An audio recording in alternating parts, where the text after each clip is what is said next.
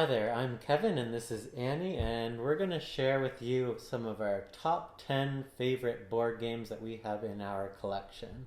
And we're going to start off with a few honorable mention games. These are ones that didn't quite make the top of our list. And we'll start with Annie, if you want to show us one of yours.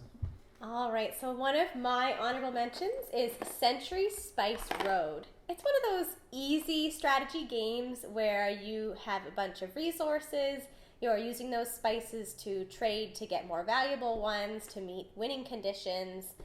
You're also trying to collect cards to be able to exchange those. I find it's very replayable because there's different goal cards each time. Different cards come up depending on whether you use your turn to re-pick up your hand or play your cards. It's a really fun game. Good actual coins come in the game for play and very nice artwork. So if you're looking for a quite light strategy game, I would highly recommend Century Spice Road. All right, one of my honorable mentions goes to Paranormal Detectives.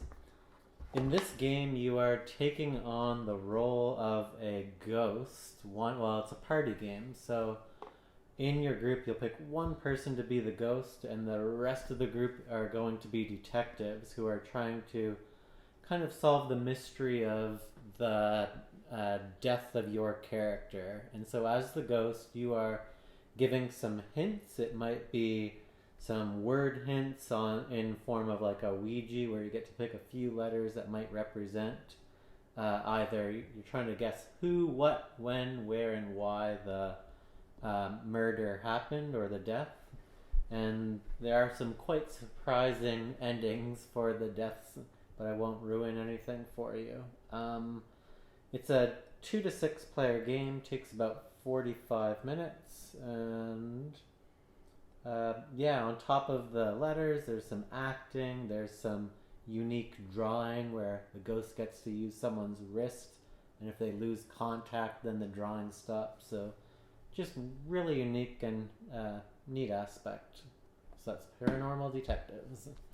Yeah, for that one, it's kind of like if you've played Mysterium or Clue or Cranium. It kind of like combines all three of those games. So that's a really fun one. Mm-hmm. My next honorable mention is Avalon. If you've ever played Resistance, this is the exact same game, just a different theme. It probably would have made my top 10 list, except for the fact that you need 5 players at least to play this game. So it's not super common that we have at least 5 players. It's a deduction game, so it's a little bit like Werewolf, where you're trying to figure out who is on your side, who's on the other side. Very fun game. Great artwork in this one as well. And if you do have 5 players quite often, I highly recommend Avalon. Mm-hmm. It's a really unique one to bring out because you find how good people are at bluffing or kind of throwing other people off. So, pretty unique one that one is. My last honorable mention goes to Five Tribes, and this is a Bruno Cathala game.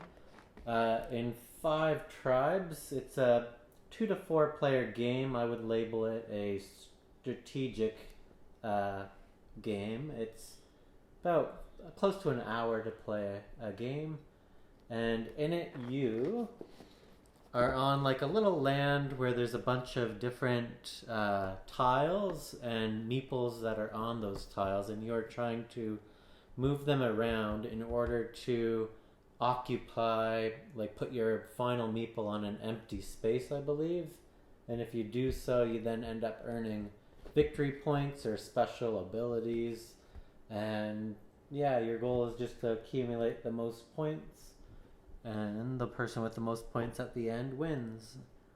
It has actual little camels and little palm trees, and it's got really neat pieces to the game too. It's a fun one. I have 3 more honorable mentions.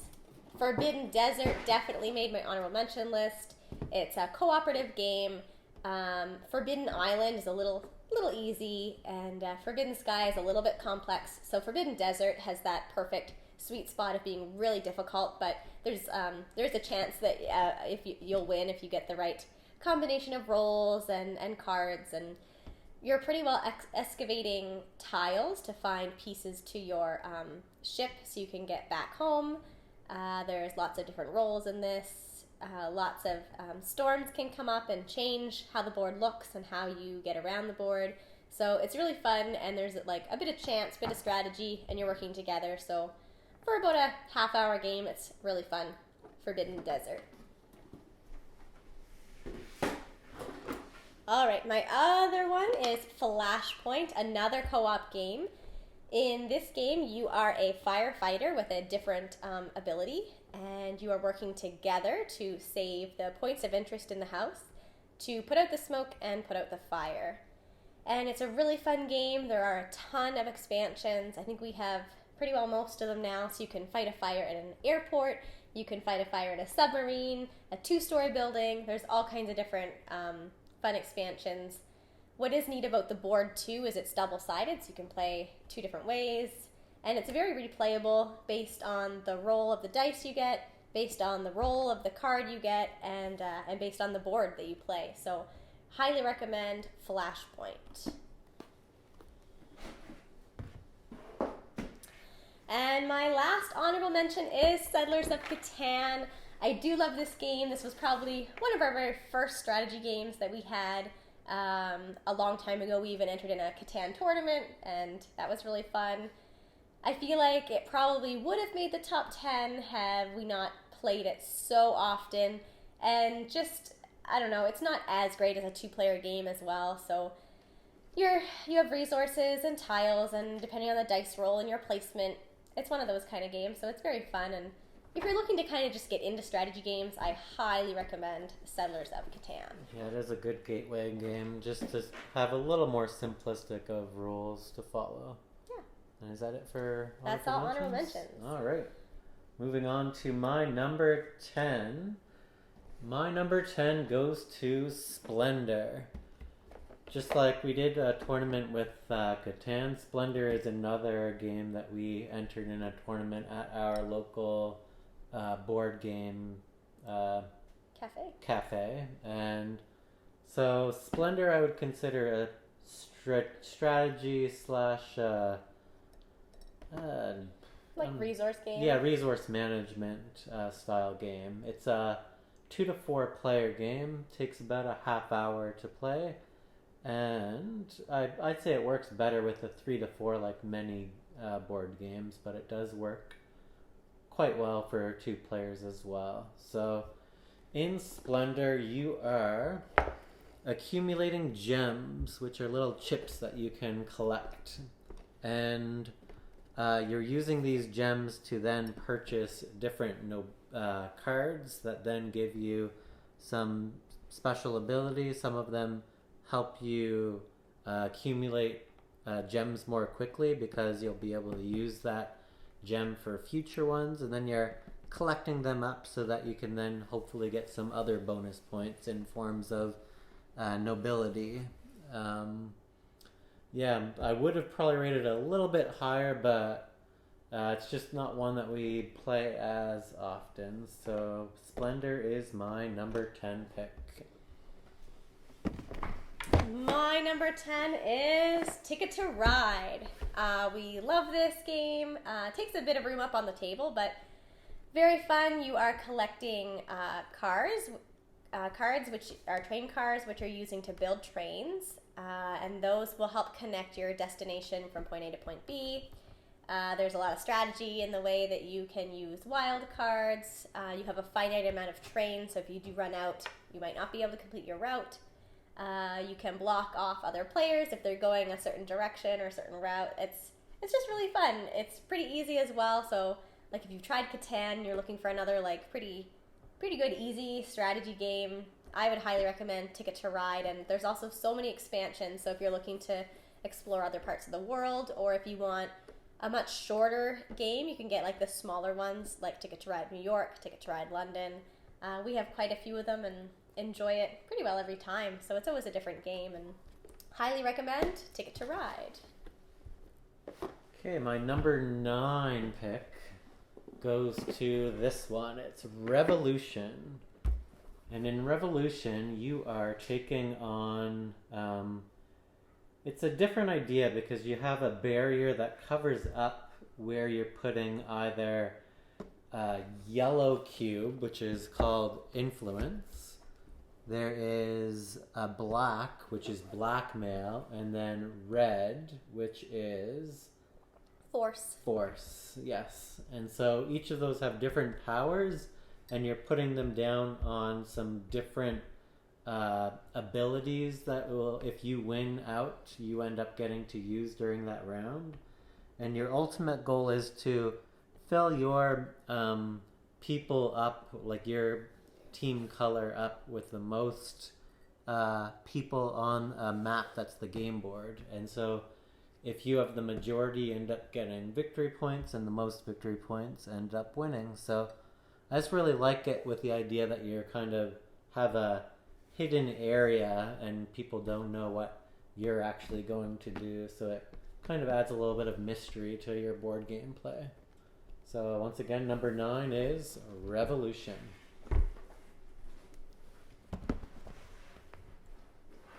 My number 9 is Harry Potter Hogwarts Battle. Such a fun cooperative deck building game. You get to play through each year of Hogwarts, and you get to play as one of the main characters. You're collecting cards which have different spells, different items, different characters on it. So much fun. Each time you go to a next year at Hogwarts, there's another box you get to open, and there might be new dice, there might be new cards to add to the game, so the game is always evolving. It stays pretty true to the story, so you're fighting the villains that you would see throughout each year at Hogwarts at the certain locations.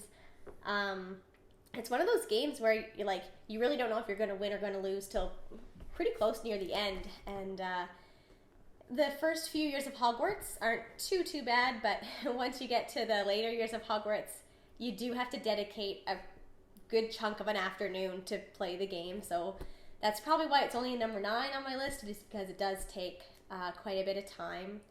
We have 2 expansions that go with the game. We have the Monster Box of Monsters, which is really fun and adds a lot of the creatures to the game.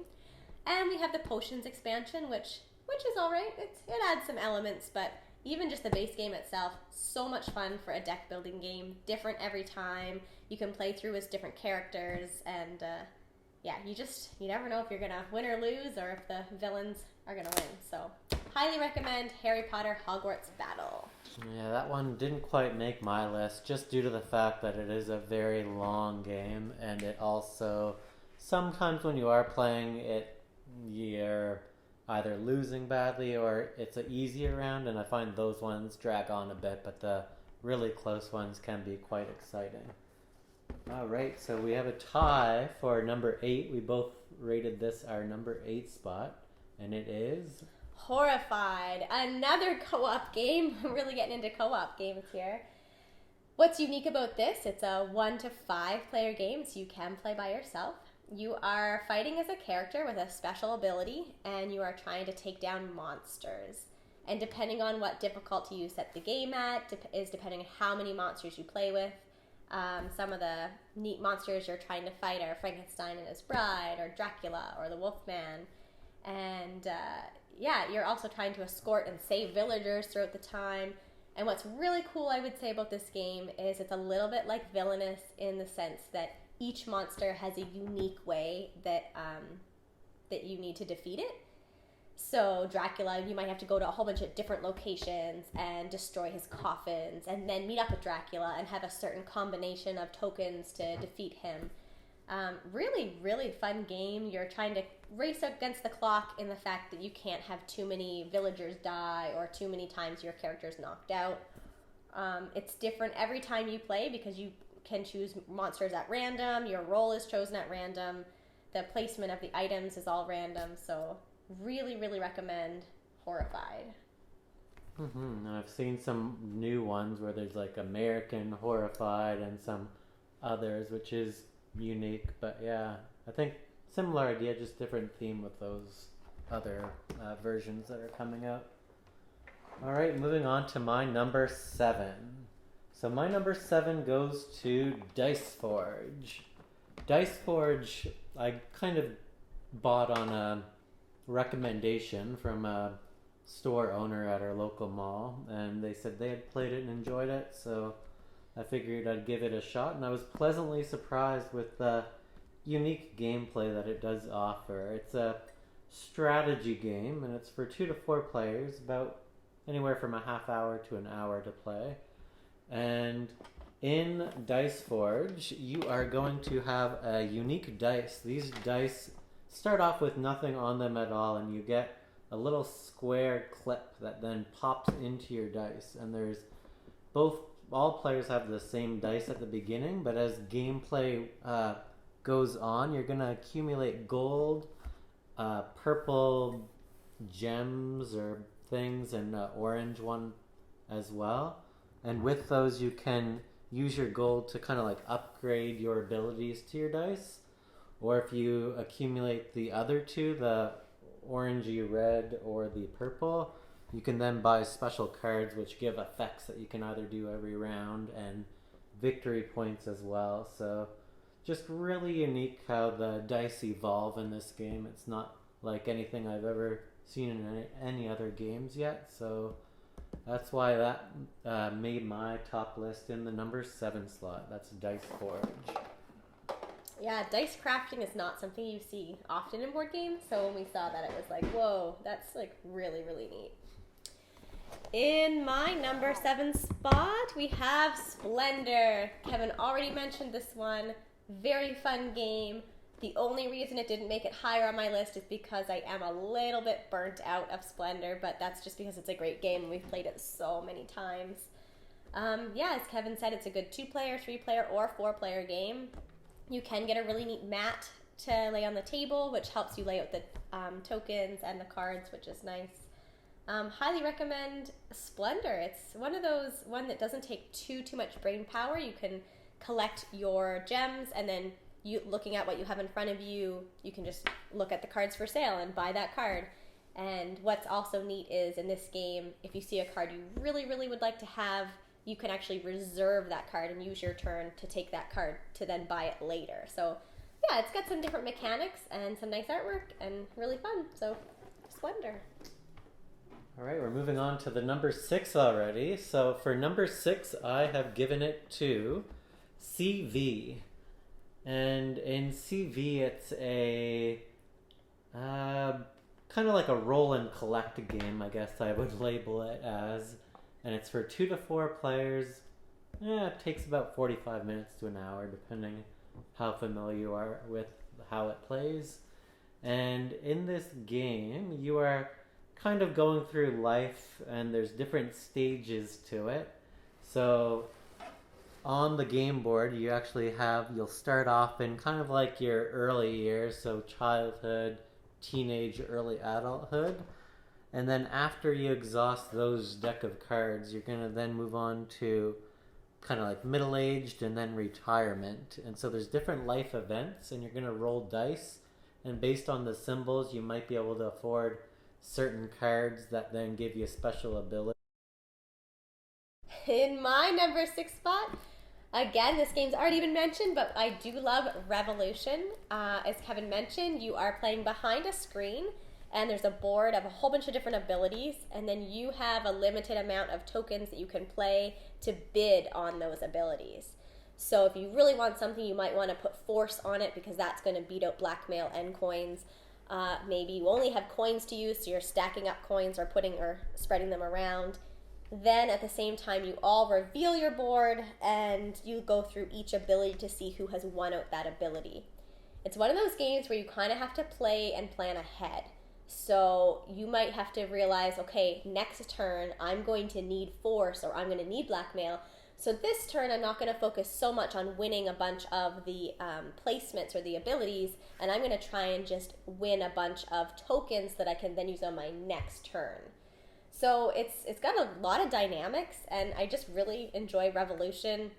Would have made it higher up on my list, but you need exactly 3 players or 4 players, and it's just, there's no way to hack it to be a 2-player game. So I would highly recommend Revolution if you have at least 3 players. Okay, moving on to my number 5 pick. This one goes to Quacks of Quedlinburg. So in this game, you're kind of taking on the role of a potion master who has a, what do you call it, a pot or Cauldron? cauldron? Yeah, that they're accumulating each round some ingredients from a bag which has a bunch of different tokens or chips inside, and you're taking them out, and depending what you pull out, they each have different effects. And then you're gonna slowly move them around your potion, which gives you like buying power and special effects for later in the game. And uh, yeah, it's a party style game, kind of like a push your luck.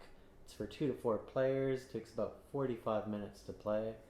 And yeah, so with your purchasing power, you can then buy different potions or ingredients for your bag, which you draw from each round. And so your goal is to try to get as much points as you can in order to win. So that's my number 5 is Quacks of Quedlinburg. All right. Moving on to my number 5, Black Fleet. Such a fun game. You have a bunch of ships on the board. You have a merchant ship that you are in control of, and you are trying to deliver cargo from one island to another island. For each piece of cargo you deliver, you can exchange it for gold, which is how you get points in the game. But you've got to watch out because your opponents are also in charge of pirate ships, and they can tip your cargo ship, or they can steal from your cargo ship, and it's just so much fun. We don't have any game kind of like this.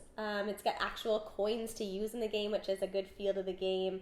You're then trying to turn over cards that kind of end the game, and yeah, it's very replayable. I would say it's very fun. It can be a 2-player game, but way better game as a 3 to 4 player. So highly recommend Black Fleet. I know it's kind of hard to find these days, so that might be one con to it, but if you do see a copy and you're interested, pick it up because it's so much fun. Yeah, it's really neat. I was surprised it actually came with real kind of like pirate doubloons coins that came with the game, not just like a cardboard cutout, which many other games would do. Okay, moving on to my number 4 game. My number 4 game is a game that we picked up just at the start of the pandemic. We saw it online for sale, and I knew that it was highly rated online on Board Game Geek's site. And that game is Stone Age. So, in the game of Stone Age, it has a caveman theme to it. And it's a strategy worker placement style of game. It's for 2 to 4 players. Takes a bit of time. I'd say the box says 60 to 90 minutes. I think with only 2 players, it's probably more like 45 minutes. And so yeah, you're in this game. You are kind of like taking on a tribe of cavemen or people, and you are deciding where to place them. So a couple things that are important in the game are having a population of cavemen, so you can put 2 of your cave people in a hut, and then at the end of that round they end up having a baby, so you grab an additional character to add to your clan. And there's also another one, which is a wheat field, which then allows you to move up your tracking number of how much food you produce each round. And so by having enough of that, you don't have to worry as much, because at the end of each round, you need to feed the mouths of every single one of your population of cave people. And so there's other areas that you're also putting your people on. So there's food, there are wood, brick, gold, and a couple others that you can place yours on. And then at the end of the round, you're going to roll your dice. And depending on the outcome of your dice, you get that many of that resource. So you have to kind of strategically think, how much food am I going to need? How many resources are going to help me out? And then you can also get special cards with some of those resources that give you bonus points and special effects throughout the game. And then at the end of the round, or end of the game I should say, whoever has the most points wins. Yeah, definitely one of those games where you have to like be really careful that you're not investing too much into one area of the game, because you do have to go hunting and you feed your family, but you do have to build your population, but you want to have tools to get better dice rolls, and then you want to have them out foraging to get the resources. So you just really have to have a balance in this game, which is makes it a little bit more difficult. Mm-hmm. I like Stone Age. All right, my number 4 is Clank. So this one is a deck building game as well. It is so much fun. Friends of ours introduced us to this, and we have really liked it ever since. There is 3 sections on the game board. So there's like above ground, there's like just underground, and then there's the depths. Your job is to go into the depths to get priceless artifacts. And then there's cute little things in the game. So if you want to pick up more than one artifact, you have to buy a backpack first. Like little cute things like that you can do throughout the game. You have cards that will give you movement, cards that will give you swords or ability to fight. But you're really trying to avoid making clank, which is noise, because there's a sleeping dragon. And if the dragon wakes up, you then have to put all your clank or your noise cubes into the bag and draw them out. And if yours get drawn, that's 1 less health you have for the rest of the game. So it's really creative. You're also kind of in a race against time and your opponents, because if your opponents go to the surface, you then only have, I think, 4 turns to get out. And depending on how many movement cards you have, or if you have to get stuck in an ice cave, it just adds that variable of, oh no, like, should I go all the way down and get the most priceless artifacts, or should I kind of stay around here so that I can get out and still be able to have points at the end of the game? Because if you are stuck in the depths, you don't get any score. So definitely trying to balance a lot of things in this one, but so much fun. Love it as a deck building game, and it's a great as a 2-player, 3-player, or 4-player game. So really, really recommend Clank. Alright, moving on to my number 3 spot is Welcome to Your Perfect Home. And this is a genre that I'm starting to explore more with. It's a roll and write game, they call them. And in this one, it's kind of unique. It says on the box that it's for 1 to 100 players, and takes only about 25 minutes, a little quicker depending how familiar you are with the game. And the reason why so many people can play it is there are some different types of cards, which you can kind of see here, which on the back of the card it will show a symbol representing what special ability you can use with the card that you choose. And when you flip them, as I said, there's 3 different piles, and when you flip it, it will reveal a number. And so you're going to use that number because in numerical order from lowest to highest, you're going to try and fill in 3 blocks of houses with numbers, and depending on what effects and things that you do during your round, you'll fill in numbers on your sheet of paper that it comes with, and depending on how many of those boxes you filled in, you'll either get so many bonus points, or you might also get penalties as well, which at the end of the game you tally up all those victory points or penalties and get your final score. So quite unique, and it is one of the more highly rated roll and write games out there. So very enjoyable. Welcome to. Yeah, with this one it comes with just a pad of your own personal game board, so it's like rip off a paper and give it around to however many people you have. Very fun. I like that one. I also love how you also get to name your area or land that you live on, so you can be creative with some funny names for that. All right, my number 3 is Quacks. This one's already been mentioned, but I love it so much. What's so unique about this is it is so replayable. The replayability is great in this one because each ingredient has 4 different cards that you can use to play with it, and your cauldron itself has 2 different sides. So depending on what you're wanting to do in the game, you all decide, okay, let's play this side of our cauldron this time. So every single game is different. It's also one of those games where if you are kind of falling behind, there'll be a little bit of help in the game for the person in last place. So that's kind of nice if if you're stuck at the back and can't seem to catch up kind of thing.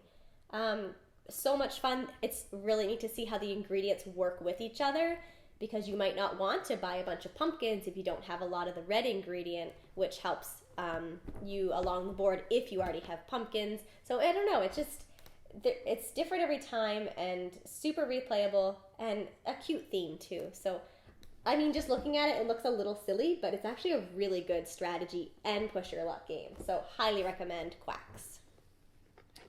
Okay, moving on to my number 2 title. It's one that Annie has already had on her list, and that is Clank. And just from what Annie has already mentioned, there are some different expansions, and there's also a legacy game, which I think we're gonna look at exploring and trying out soon. Along with Roll and Rights, which I showed with my last one with Welcome to, Clank is another style of game that we've been kind of exploring and getting to know more of with the deck building style of game. But I found that Clank is almost a very dynamic deck builder, because you're actually moving and doing stuff versus others, kind of like Harry Potter, where you're just collecting your hand and fighting things off or trying to be better than one another. This one's has a mixture of things. It's like push your luck, moving around. It's just a really neat theme, and quite surprised how unique it was. So Clank takes my number 2 spot. Number 2 for me is a cooperative game, Pandemic. So much fun. I actually even played around by myself yesterday because it's just such a fun game. Depending on which role you get, depending on which cards come up, it can be very difficult. It can be a good amount of challenging. You are trying to save the world from 4 different diseases, and it's pretty interesting because you might get the scientist card, you might get the operations expert, you might get the medic. I mean, each has its own abilities. You're trying to go around the world and clean up these cubes, but soon more cubes are being placed, and if too many cubes are in one area, then an epidemic happens. Then there's outbreaks, and it's like, So it's a good amount of stress game. I really enjoy it. It's one that you can just keep playing and playing, and it's fun no matter how many players you have. And number 2 for me is Pandemic. Yeah, I feel like Pandemic and the Forbidden series, like Island, and there was another cooperative. Oh, Horrified. All have those different characters, which it's unique to see if you end up pulling the ones that you view as being more powerful, and it just adds the variety to each round.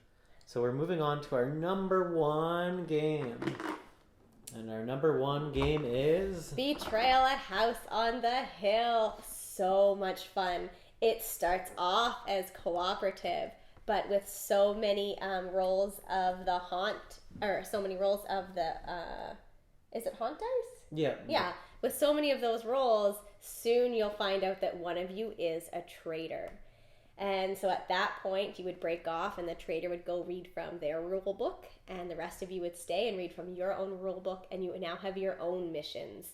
And it is so much fun. You are exploring a haunted house, so you get a character that has a strength, a speed, those kind of traits, which can increase or decrease throughout the game. You're exploring the haunted house, so you might go through different rooms or explore a new room, so you might end up exploring the theater or the nursery or all kinds of different ones. And you do your haunt rolls, and then once the haunt happens, it's a whole new game.